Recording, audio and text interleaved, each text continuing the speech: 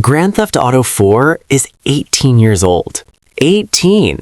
That means there are people graduating high school right now who were born after this game came out. And yet, I'm going to tell you something that'll probably get me flamed in the comments. It's still better than Grand Theft Auto 5 in almost every way that matters. This game sold 25 million copies, made $310 million in its first day, a record that stood for years. It won Game of the Year from basically every publication that existed in 2008. And here's the wild part. In 2026, sitting here 18 years later, the modding community just figured out how to properly fix it on PC. Like, legitimately, right now, there's a guide from January 2026 that finally makes the PC version playable. That tells you something. This isn't some forgotten relic. This is a game that Rockstar abandoned, the community rescued, and in 2026 is somehow more relevant than it's been since launch. The story of Grand Theft Auto 4 follows Niko Bellic, a Serbian war veteran fleeing his past. He arrives in Liberty City in 2008 with basically nothing, chasing the American dream his cousin Roman promised. But Roman's stories are lies. His cousin doesn't live in a mansion.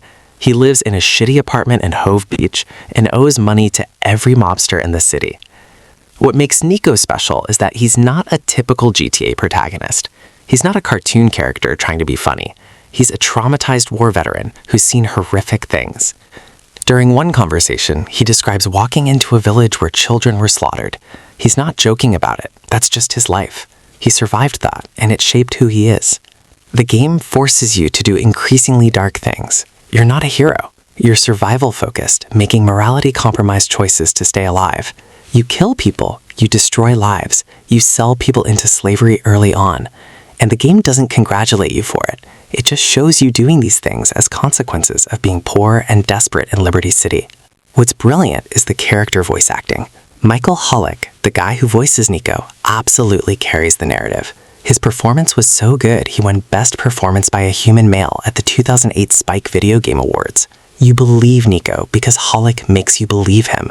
His delivery is conversational, cynical, but occasionally vulnerable. When Niko talks about his past, you hear genuine trauma.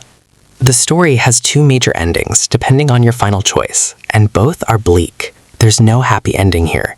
You either lose someone you care about, or you get revenge but lose something equally important. It's not satisfying in a traditional sense, which is exactly the point. This isn't a power fantasy. It's a cynical observation of what the American dream actually is for immigrants and poor people.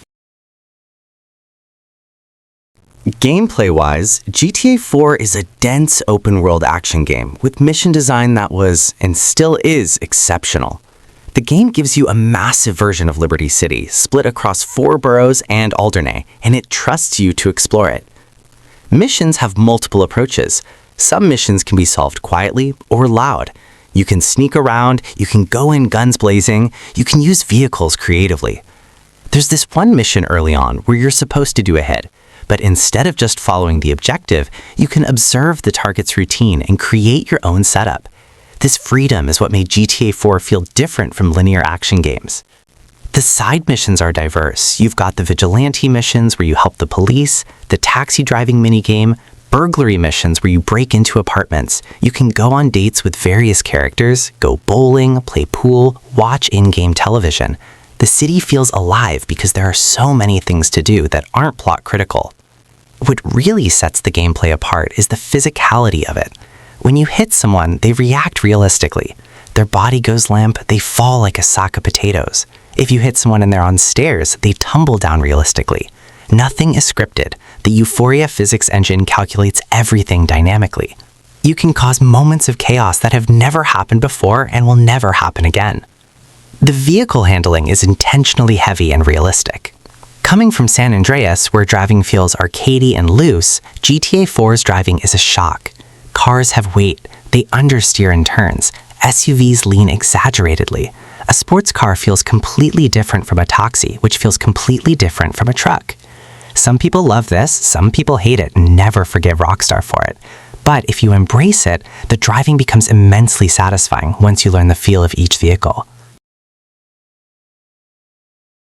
Under the hood, GTA 4 runs on the Rage engine, Rockstar Advanced Game Engine. This was Rockstar's proprietary engine built from scratch, and GTA 4 was basically the coming out party for it. The engine was designed to maximize PS3 and Xbox 360 capabilities, and it delivered. What made Rage special was that it integrated Natural Motion's Euphoria physics engine. This wasn't simple ragdoll physics. Euphoria is a procedural animation system that calculates how characters would actually move in response to their environment. If you push Niko, he doesn't play a pushed animation. His body actually responds dynamically based on where he was hit and how he's positioned. Every fall, every stagger, every interaction is unique. This creates these incredible emergent moments. You punch someone, they stumble, they trip, they fall down the stairs, they land in an unnatural position. It all happens in real time. The same character in the same situation might react completely differently next time. For a 2008 game running on consoles with 512 megabytes of RAM, this was mind-blowing. The graphical leap was similarly impressive. Reflections on cars and buildings look photorealistic. Shadows are dynamic and detailed. Weather systems affect the city's appearance drastically. A sunny day looks completely different from a rainy day. The draw distance is incredible. You can see for miles across Liberty City. NPCs have unique animations. A drunk person staggers differently than a runner. Someone on the phone walks differently than someone just wandering. For context, the entire game ran in 512 megabytes of VRAM on the Xbox 360. In 2026, that's laughably small. Most modern AAA games require 10 gigabytes plus of VRAM. The fact that GTA 4 looks as good as it does in such constrained memory is genuinely impressive game development. It's the kind of optimization and artistic direction that newer games, with their gigabytes of memory and cutting-edge GPUs, somehow struggle to match. Okay, we need to talk about the PC port, because it was absolutely terrible. When GTA 4 launched on PC in December 2008, it was literally the worst port. It used Games for Windows Live, which was Microsoft's failed online service. The game was buggy, it was slow, it crashed constantly, and Rockstar basically abandoned it. For 15 years, 5-1 years, the PC version was a nightmare. Poor performance, missing graphical effects, confusing versions, unclear which one to buy. Playing GTA 4 on PC seemed like a waste of time and money. It was a disaster so complete that people just recommended the console versions instead. But then, starting around 2024-2025, something interesting happened. The modding community figured it out. They created patches, Fusion Fix, DVXK Vulkan Renderer, radio restoration mods. In January 2026, someone published a guide fixing GTA 4 with 4 mods that literally solves the problem. You install Fusion Fix and 3 other mods, and suddenly GTA 4 on PC is not just playable, it's arguably the best version. Fusion Fix alone adds modern rendering, fixes shader problems, adds visual improvements that Rockstar never added, restores cut radio songs. With DVXK, you get a modern Vulkan renderer. It's insane that the modding community had to do Rockstar's job, but they did, and they did it better.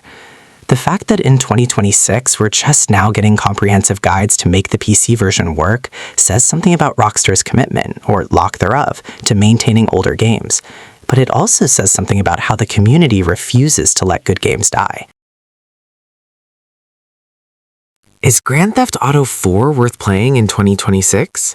Absolutely. It's an essential game.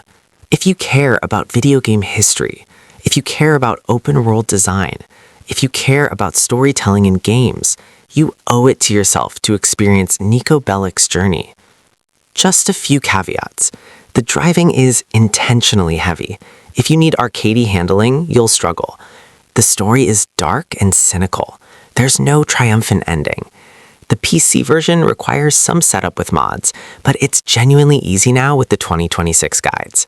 The game is slow-paced compared to modern action games. But if you can embrace those things, you're looking at one of the most well-crafted, thoughtfully designed games ever made. The mission design is exceptional. The characters are memorable. The world feels alive and real. The physics create emergent moments that modern games don't achieve. At current sale prices, usually between 5 to 10 euros, it's an absolute steal. You're getting 50 plus hours of content, one of the best stories in gaming, and a game that fundamentally changed what open world games could be. In 2026, 18 years after its release, GTA 4 remains a landmark, not just as a historical artifact, but as an active, playable, modded, and beloved game. The community keeps it alive, the modders improve it, and it deserves your attention. Thanks for watching. If you're thinking about jumping into Liberty City, let me know in the comments which GTA is your favorite. Mine's GTA 4, which apparently makes me a contrarian, but I don't care. Like this video if you appreciate games that swing for the fences. Subscribe for more deep dives into games that shaped the industry. And I'll see you next time. And remember, it's all about respect. The first rule of Liberty City.